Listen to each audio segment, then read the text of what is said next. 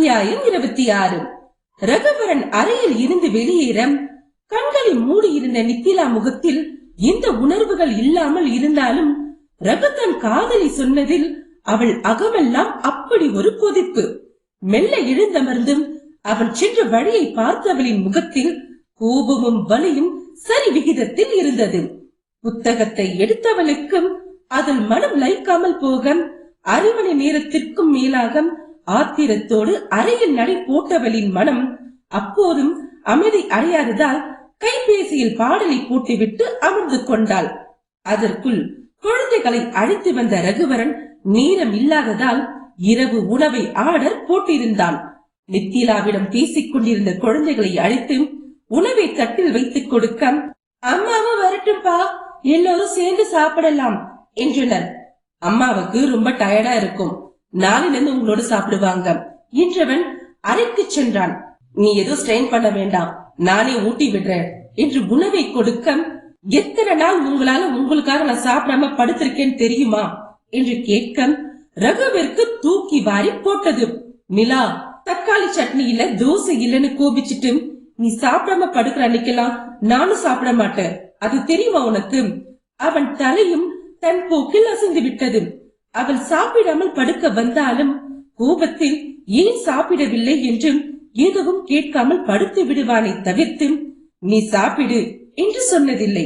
அதை நினைத்தவனின் கரம் தன் போக்கில் கீழே இறங்கிடம் சாரி என்றான் வருத்தத்தோடு. ஒரு சாரி எல்லாமே மாத்திட்டு நினைக்கிறீங்களா என்று கேட்க அவனிடம் பதில் இல்லை. சரி, அதை விடுங்க. நேத்து நீங்க என்ன காதலிக்கிறதா சொன்னீங்களே, நிஜமாவா? காதல்னா என்னன்னு தெரியுமா ரகு? நிபந்தனையற்ற அன்புனா என்னவாவது தெரியுமா என்றவளுக்கும் மனமெங்கும் அப்படி ஒரு ரணம் பரவியது. சரி, அதையெல்லாம் விடுங்க. அன்னைக்கு உங்க அம்மா என்ன வீட்டை விட்டு போக சொன்னப்போ நீங்க என்ன பண்ணிட்டு இருந்தீங்க என்று கேட்க ரகுவால் எதுவும் பேச முடியவில்லை. சொல்லுங்க, நான் உன்னை போக சொல்லலையே நிலா, ஆனா உள்ள வான கூப்பிடல என்று கோபத்தோடு பார்க்க, அன்னைக்கு நான் அதையெல்லாம் எதிர்பார்க்கல நிலா. ரூபி ஒரு பக்கம், அம்மா ஒரு பக்கம், அதுதான் நானும் சொல்றேன்.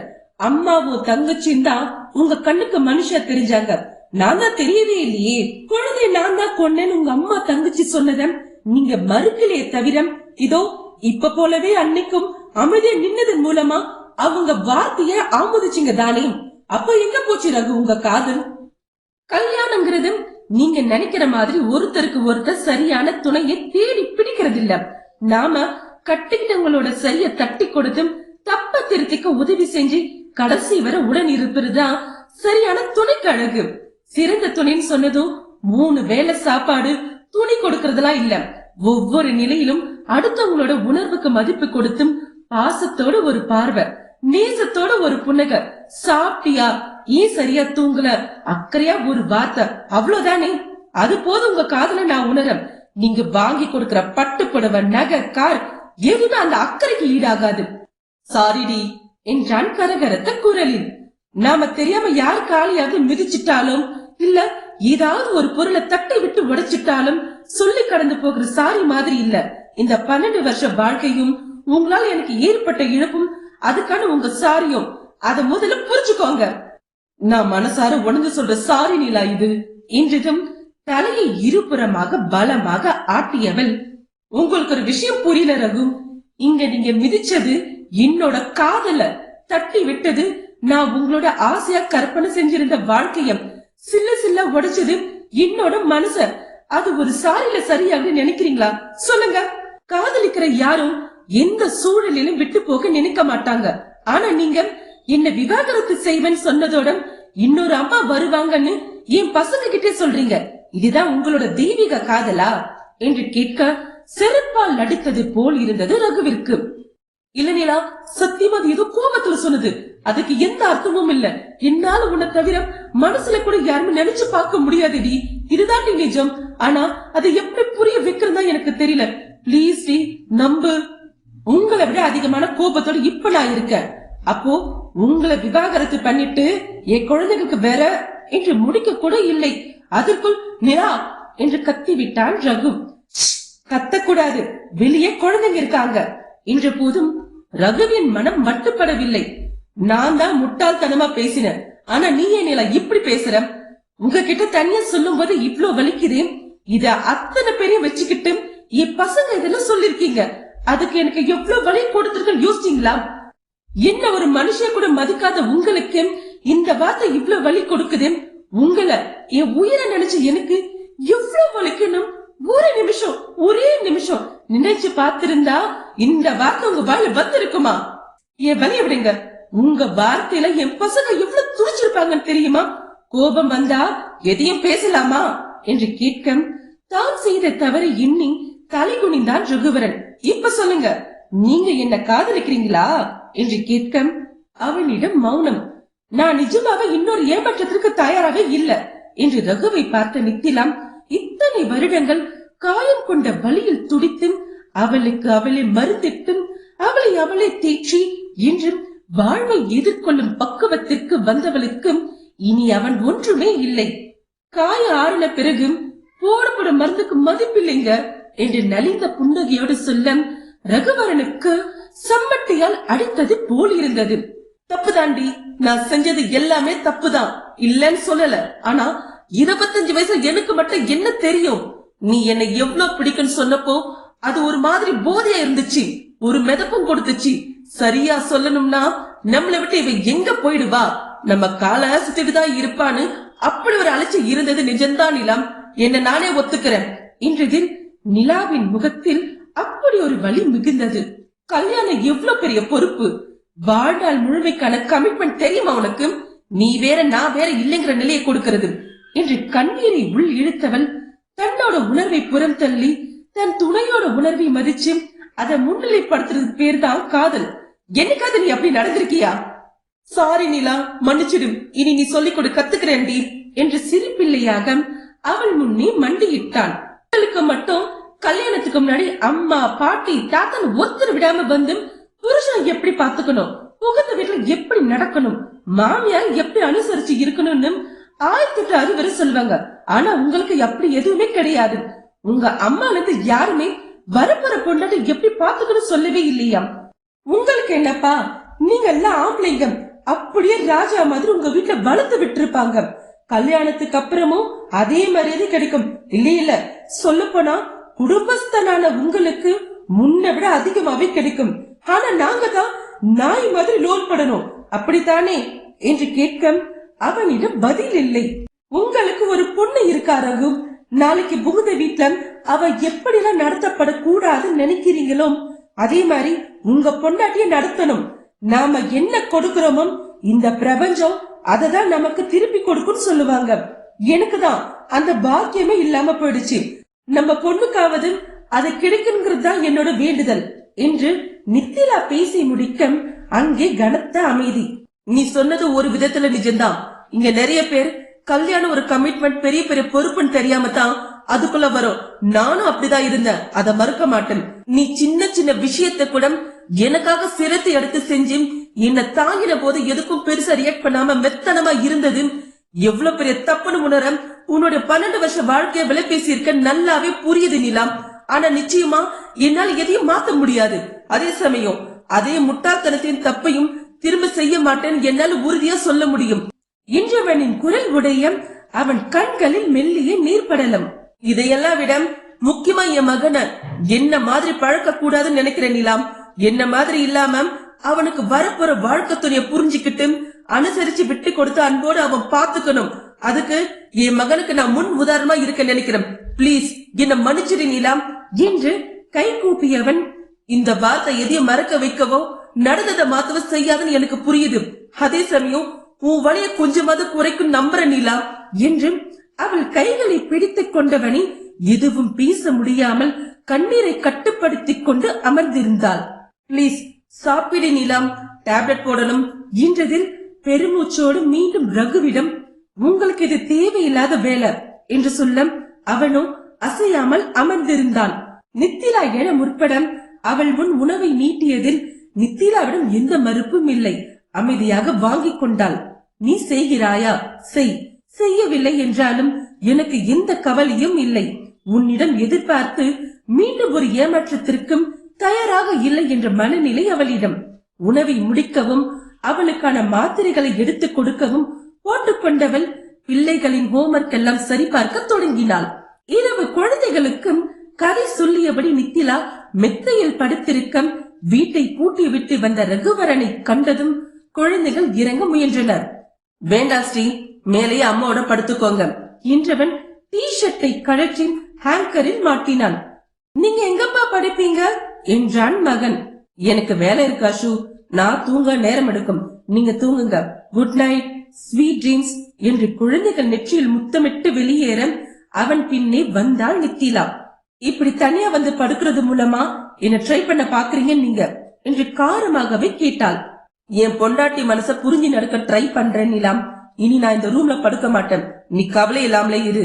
இருந்து நான் எதையும் எதிர்பார்க்கலன்னு ஏற்கனவே சொல்லிட்டேன். நீங்க எப்படி இருக்கீங்களோ அப்படியே இருங்க, எனக்கெல்லாம் பழகினதுதான் என்று நெஞ்சம் விரும்ப அவனை பார்த்தாள். சட்டென நித்திலாவை இழுத்தணித்து அவள் நெற்றியில் அழுத்தமாக முத்தமிட்டவன், நானும் மனுஷன்தான், எனக்கும் மனசு இருக்கு, அது கூடி சீக்கிரமே உனக்கு புரியும் நான் நம்புறேன். இன்னும் என்ன கேட்க வேண்டிய கேள்விகளுக்கும் திட்ட வேண்டிய திட்டுகளுக்கும் மிச்சம் இருந்தா நான் லீவு போட்டிருக்கேன். நாளைக்கு நாள் முழுக்க கூட திட்டு, ஆனா இப்ப எதையும் யோசிக்காம நிம்மதியா தூங்கு, குட் நைட் நீலா என்றவன் பக்கத்து அறையில் சென்று படுத்து விட்டான். ஆனால் கொண்டிருந்த வேதனையும் அவனை அரித்து தின்று கொண்டிருந்த குற்ற உணர்ச்சியையும் ரகுவரனை தூங்க விடவில்லை. சில நொடிகள் அங்கேயே நின்றிருந்தவள் குழந்தைகளின் குரலில் உள்ளே சென்று விலக்கணைத்து விட்டு அவர்களுடன் படுக்க நித்திலாவிற்கு தூக்கம் தூர போயிருந்தது. விடிகாலை வேலையிலேயும் கண் அயர்ந்திருந்தாலும் அடுத்த நாள் காலை ரகுவரன் வழக்கத்திற்கு மாறாக சீக்கிரமாகவே எழுந்து கொண்டான். இப்போதும் நித்திலாம் அவனுக்காக கிரீன் டீ போடுவாள். ஆனால் இன்றும் ரகுவரன் இருவருக்குமான டீயோடு காத்திருக்க நித்திலா உடற்பயிற்சி செய்வதற்கு ஏதுவான உடையில் வெளியில் வந்தாள். குட் மார்னிங் நிலா என்று புன்னகையோடு சொல்ல நித்திலா அதை கண்டு கொண்டதாகவே தெரியவில்லை. இப்ப எப்படி இருக்கு, பரவாயில்லையா என்று கேட்க மௌனமாக தலையசைத்தவள் அவனை கடந்து சிட் அவுட்டிற்கு சென்று மூச்சு பயிற்சி செய்ய தொடங்கினாள். உனக்காக டீ போட்டு இருக்கேன் என்று கப்பை நீட்டினான் ரகுவரன். நான் கேட்கவே இல்லையே என்றால் கண்களை மூடி பயிற்சி செய்தபடியே. நீ கேட்டாதான் செய்யணுமா என்ன, இது புருஷ லட்சத்துல வருந்தானே நிலா என்று கேட்டு அவனிடம் இருந்து முறைப்பை பெற்றுக் கொண்டான். இது நான் டீ குடிக்கிற நேரமே கிடையாது, அப்புறம் எதுக்கு போட்டீங்க என்று கேட்க மணியை பார்த்தவனுக்கு அப்போதுதான் 5:30 நெருங்கி கொண்டிருந்தது தெரிந்தது. சரி, கிளாஸ்ல எடுத்து வைக்கிறேன், அப்படி வச்சாலும் உபயோகம் இல்ல. காதலிக்கப்பட்டு வந்தவனுக்கும் இப்போது புதிதாக அவள் எதிர்பார்க்கும் காதலை எப்படி அவள் விரும்பும் வகையில் கொடுப்பது என்று தெரியவில்லை. நான் டீ குடிக்கிறதே நிறுத்திட்டேன். இத்தனை வருஷத்துல நீங்க எப்படி எல்லாம் இருந்திருக்கலாம்னு சொன்னேனே தவிர இனி அப்படி இருக்குன்னு நான் எதிர்பார்க்கல. என் பசங்களுக்காக இங்க திரும்ப வந்த எனக்கும் இதெல்லாம் ஏற்கனவே பழகினதுதான். இனி என்னோட வாழ்க்கை எனக்கு பாத்துக்க தெரியும், நீங்க உங்க வாழ்க்கைய பாருங்க, அதுதான் 2 பேருக்குமே நல்லது. ஏண்டி இப்படி பிரிச்சு பேசுற, நம்ம 2 பேருமே புருஷன் பொண்டாட்டி. பிளீஸ் காலையிலே திரும்ப இதை ஆரம்பிக்காதீங்க, போய் உங்க வேலையை பாருங்க என்றவளுக்கு அப்படி ஒரு எரிச்சல். உடற்பயிற்சியை முடித்துக் கொண்ட நித்திலம் குழந்தைகளை எழுப்பிவிடம் ரகு அவர்களுக்கு பால் கொண்டு வந்து கொடுத்தான். குளித்து முடித்து வந்தவள் ரகுவரன் தக்காளி நறுக்கி கொண்டிருப்பதை கண்டதும் அவன் கையில் இருந்த கத்தியை வாங்க முற்படம், நான் பாத்துக்கிறேன் நீ போ என்றான். என்ன நோயாளி மாதிரி ட்ரீட் பண்ணாதீங்க, நான் நல்லா இருக்கேன், நகருங்க, நான் பாத்துக்கிறேன். நீ போட்ட கண்டிஷன் எல்லாமே எனக்கு ஞாபகம் இருக்கு நீலாம் என்றவன் தன் போக்கில் தோசை மாவை கரித்துக் கொண்டு, எனக்கு இந்த வாரம் முழுக்க லீவ் இருக்கு, நானே சமையல பாக்குறேன், நீ ரெஸ்ட் எடு என்றதற்கு நிலாவிடம் எந்த எதிர்வினையும் இல்லை. ஒரு விஷயம் சொல்லட்டாம் என்று மனைவியின் குரலுக்கும் ரகு தலையசைத்து சம்மதம் தெரிவிக்கவும், இத்தனை வருஷத்துல நான் கொண்ட வலியும் ஏமாற்றமும் ரொம்ப அதிகம் ரகு. இப்ப நீங்க காட்டுற அக்கறம் என்ன திரும்ப திரும்ப அந்த நாளுக்கு தான் கூட்டிட்டு போகுது. என் வலியை குறைக்கிறதுக்கு பதிலா அது அதிகமாக்குது என்று சுவரில் சாய்ந்தபடி கூறம் ரகுவிற்கு என்ன பதில் சொல்வது என்று தெரியவில்லை. என்ன என் எலும்புல விடுங்க பிளீஸ். ஒரு வழியாக இருவரும் சேர்ந்து சமையலை முடிக்க குழந்தைகளை தயார்படுத்தி உணவளித்து வழி அனுப்ப ரகுவே சென்றான். திரும்பி வந்த ரகுவரன் நித்திலாவிற்காக விடுமுறை எடுத்திருக்க அவள் வகுப்பிற்கு தயாராகி கொண்டிருந்தாள். எங்க கிளம்புற நீலா? கிளாஸுக்கு. நான் உனக்காக லீவு போட்டிருக்கேன், நீ ஒரு நாள் ரெஸ்ட் எடுத்துட்டு போகலாமே, ஏன் இவ்ளோ அவசரமா இல்ல, ஏற்கனவே 2 நாள் கிளாஸுக்கு மிஸ் பண்ணிட்டேன், இதுக்கு மேல முடியாது என்றவள் பையை எடுக்கம் ஏமாற்றத்தோடு மனைவியை பார்த்து நின்றவன் உடனே தன் பைக்கையை எடுத்துக்கொண்டு சரிவா, நானே உன்னை விட்டுட்டு வரேன் என்றான். தேவையில்லை, நான் பூவழிய வர சொல்லிட்டேன். ஏன் நிலா இப்படி பண்ற? எனக்கு ஒரே ஒரு சான்ஸ் கொடுன்னு சொன்னேனே. சான்ஸ் கொடுக்கறதுனால நடந்த எதுவும் மாறிடாது. இப்ப ஏதோ அதிர்ச்சியில இப்ப எல்லாம் உலரிட்டு இருக்கீங்க. நீங்க திரும்ப பழைய ரகுவரனா மாறினா அதை தாங்குற சக்தி எனக்கு இல்ல. உங்களோட வாழ்க்கை எப்படிதான் இருக்கும்னு எனக்கு தெரியும். குழந்தைகளுக்காக இந்த வாழ்க்கை ஏத்துக்க நான் என் மனசை பக்குவப்படுத்திக்கிட்டேன். அதை விட நீங்க நினைக்கிறபடி ஆட்டி வைக்க நான் பழைய நித்திலா இல்லன்னு ஏற்கனவே சொல்லிட்டேன். அப்புறம் எதுக்கு இப்ப திடீர்னு இந்த ரோமி அவதாரம் எல்லாம்? உங்களுக்கு சுத்தமா செட் ஆகல. லீவை வேஸ்ட் பண்ணாம போய் வேலையை பாருங்க என்று கதவை சாட்சி விட்டு செல்ல ரகுவரனும் தளர்ந்து அமர்ந்து விட்டான். முற்பகல் செய்ததெல்லாம் பிற்பகலில் விளைவதை அவனால் எங்கனம் தடுக்க முடியும்? அமைதியாக அமர்ந்து அறுவடை செய்து கொண்டிருக்கிறான். இழந்த நொடிகளை மீட்டும் எப்படியாவது மனைவியின் மனதில் இடம் பிடிக்க நினைத்தவன் தான் தவறிய இடங்கள் எதுவென ஒரு பட்டியல் போட்டான். அதில் முதலாவதாக வந்து நின்றதும் அவன் அன்னை அருளரசி, அடுத்தது தங்கை ரூபினி. மாலை வீடு வந்த நித்திலாவிடம் அன்று என்ன நடந்தது என்று கேட்க, இப்ப எதுக்கு கேக்குறீங்க? சொல்லு நிலா, அன்னைக்கு என்ன நடந்தது உன் பக்கத்தை தெரிஞ்சுக்க விரும்புறேன் என்றிடம் நித்திலாவிடம் கசந்த புன்னகை. சொல்லுடி. எப்பவும் இரு பக்கமும் தீர விசாரிச்சுட்டு தீர்ப்பெழுதின பிறகு தண்டிக்கணும் ரகும். இங்கதான் ஒரு பக்கத்தை மட்டும் கேட்டு எனக்கான தண்டனை எழுதி நான் அனுபவிச்சா ஆச்சு. இப்ப விசாரிச்சு என்ன பண்ண போறீங்க? என்னவோ பண்ற, ஆனா என்ன ஆச்சு சொல்லு நிலா என்றதும் அன்றைய தினத்தை கணவனிடம் விளக்கிய அவள், இதோட உங்க தங்கச்சி என்கிட்ட இருந்து 12 சவரனுக்கு மேல வாங்கியிருக்கா. எதையுமே திருப்பி கொடுக்கல. ஏன் என்கிட்ட சொல்லல? நான் சொல்லலையா? எங்க ஒரு நிமிஷம் முதல் நகை திருப்பி கொடுக்காம அடுத்த முறை ரூபி நகை கேட்டப்போ உங்ககிட்ட சொன்னதுக்கு நீங்க என்ன சொன்னீங்க நினைச்சு பாருங்க என்றவள் டியூஷனுக்கு நேரமாகவும் கிளம்பி சென்று விட்டாள். நகை மட்டுமல்ல, நித்திலா ரூபி பற்றி பேச வந்தாலே எங்க அப்பா இல்லாத நிலையில என் தங்கச்சிக்கு நான் அப்பா, நீ அம்மா நினைவிருக்கட்டும் என்று விடுவான். அதையும் மீறி நித்திலா பேச முயன்றால் அன்று ரகுவரனின் கோபத்திற்கு ஆளாகி சாப்பிடாமல் சென்று படுக்க வேண்டியதுதான். 2 நாட்கள் இப்படியே கழியும். ரகுவரனுக்கும் எப்படி அவளை சமாதானப்படுத்துவது என்று தெரியவில்லை. ஏனோ அன்று முதுகு வலி அதிகரிக்க டியூஷன் முடித்து வந்தவள் சோர்வாக சோபாவிலேயே படுத்திவிடும். என்னாச்சு நிலா, ஏன் படுத்திருக்க என்றான். படுக்க கூட எனக்கு உரிமை இல்லையா, கொஞ்சம் விடுங்க என்றிடம் ரகு குழந்தைகளை அழைத்து வந்தான். தாயை அந்நிலையில் கண்டதுமே உறிஞ்சிக் கொண்ட ஸ்ரீ அவள் உபயோகிக்கும் ஆயின்மெண்டை கொண்டு வந்து நித்திலாவின் கழுத்தில் பூச மகன் அவள் கால்களை பிடித்து விட்டான். குழந்தைகளை புன்னகையோடு பார்த்த நித்திலம் அவர்களிடம் ஏதோ கேட்க அவர்களின் சம்பாஷணை அத்தனை அழகாக இருந்தது. மூவருக்கான பேச்சுவார்த்தை அழகாக இருந்தாலும் அதை பார்த்திருந்த ரகுவிற்கும் ஏனோ அவன் மட்டும் தனித்து நிற்பது போல உணர்ந்தான். மகளிடம் விசாரிக்க அவளும் மறைக்காமல் நித்திலாவின் வலியை பற்றி சொல்லிடம். அப்போதுதான் நித்திலாவை மருத்துவமனைக்கு அழைத்து செல்வது அவனுக்கும் நினைவில் எழுந்தது.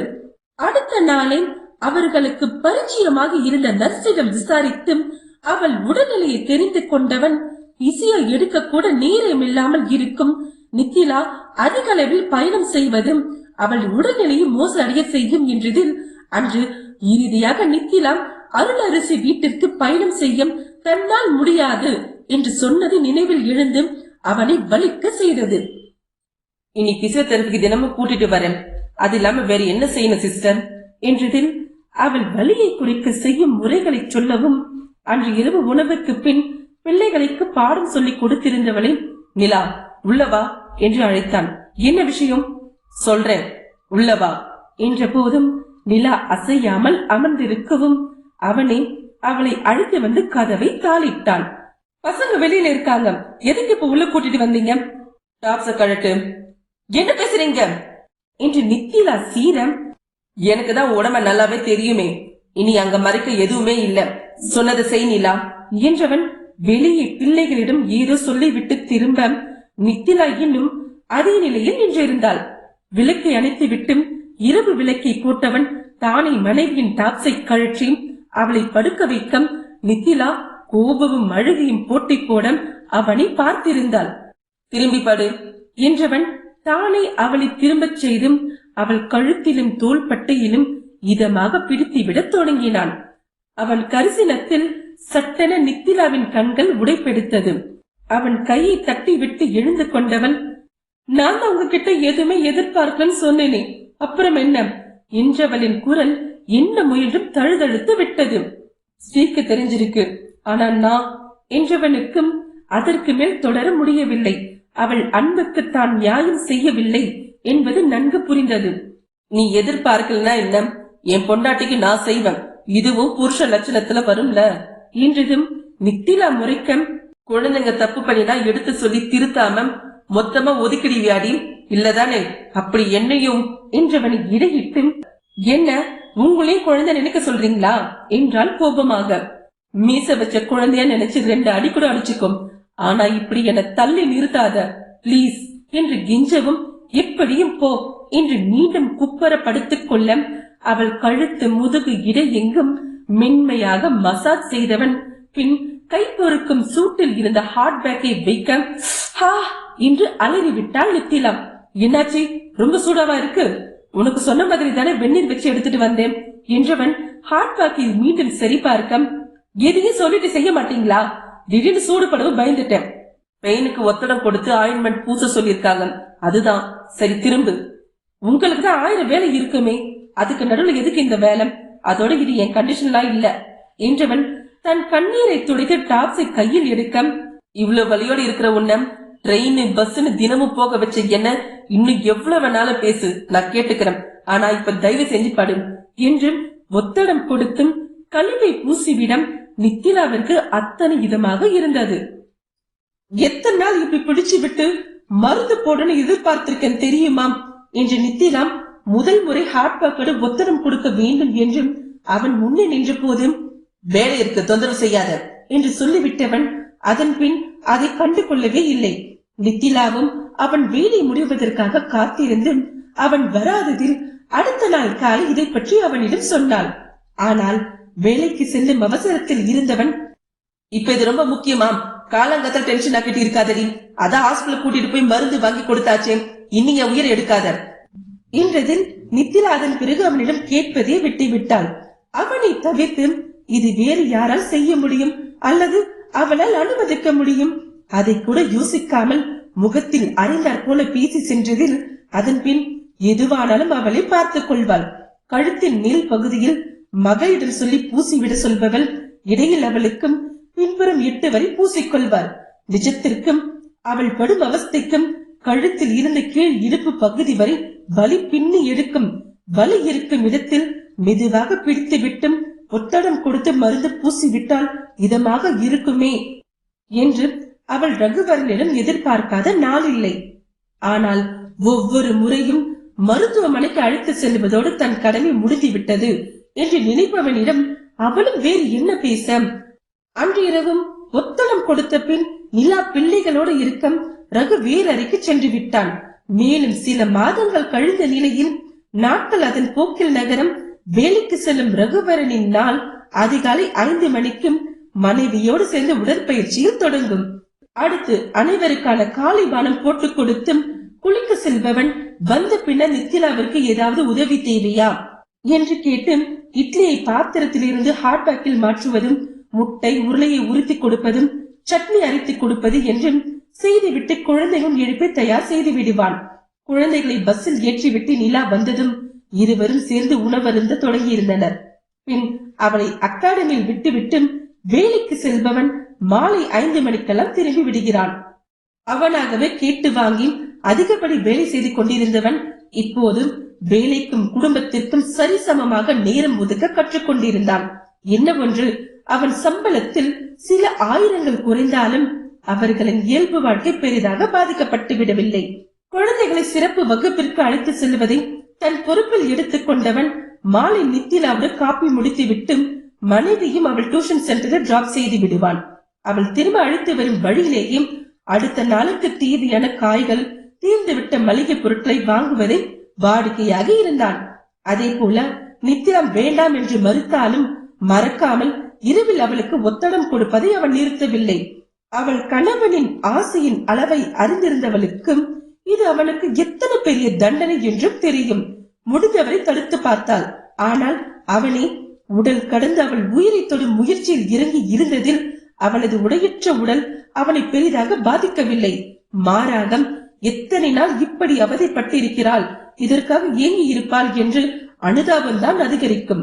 மழையில் நனைந்து வருபவனுக்கும் அன்றிரவு சிறு தும்பல் என்றாலும் அதை வளர விடாமல் கஷாயம், கை வைத்தியம் என்றும் ஆரம்ப நிலையிலேயே தடுத்து விடுவாள். அப்படி இருக்கும் மனைவிக்கும் மருந்து மாத்திரையோடும் தன் கடமை முடிந்து விட்டதை எண்ணி அவனுக்கு ஒரு மாதிரியாகி போனது. நித்திலாவை ரகுவின் மாற்றம் பெரிதாக பாதித்ததாக தெரியவில்லை. பலமுறை நான் உங்களிடம் இதையெல்லாம் எதிர்பார்க்கவில்லை என்று சொன்னாலும் ரகுவரன் தன் மாற்றத்தை ஒவ்வொரு செயலிலும் பறைசாற்றிக் கொண்டிருந்தான். கருப்பறையா இறுகி போயிருந்த நித்திலாவின் மனதையும் அவன் செயல்கள் கருக்கத்தான் செய்தது. ஆனாலும் அதையும் தாண்டி வாழ்வை வாழ பழகியிருந்தாள் நித்திலா. ரகு மெல்ல மெல்ல மாறிக்கொண்டு வருவதால் குடும்ப தலைவியாகும் தன் கடமைகளை அவள் செய்யாமல் இருக்கவில்லை. என்ன ஒரு வித்தியாசம்! இப்போதெல்லாம் ரகு அவள் பாரத்தை முடிந்தளவு பங்கிட்டுக் கொண்டதால் அவள் வேலைகள் சுலபமாகி போயிருந்தது. இப்போதும் ரகு பக்கத்து அறையில் தான் பிரிக்கிறான். அவளும் அழைக்கவில்லை, அவனும் வரவில்லை.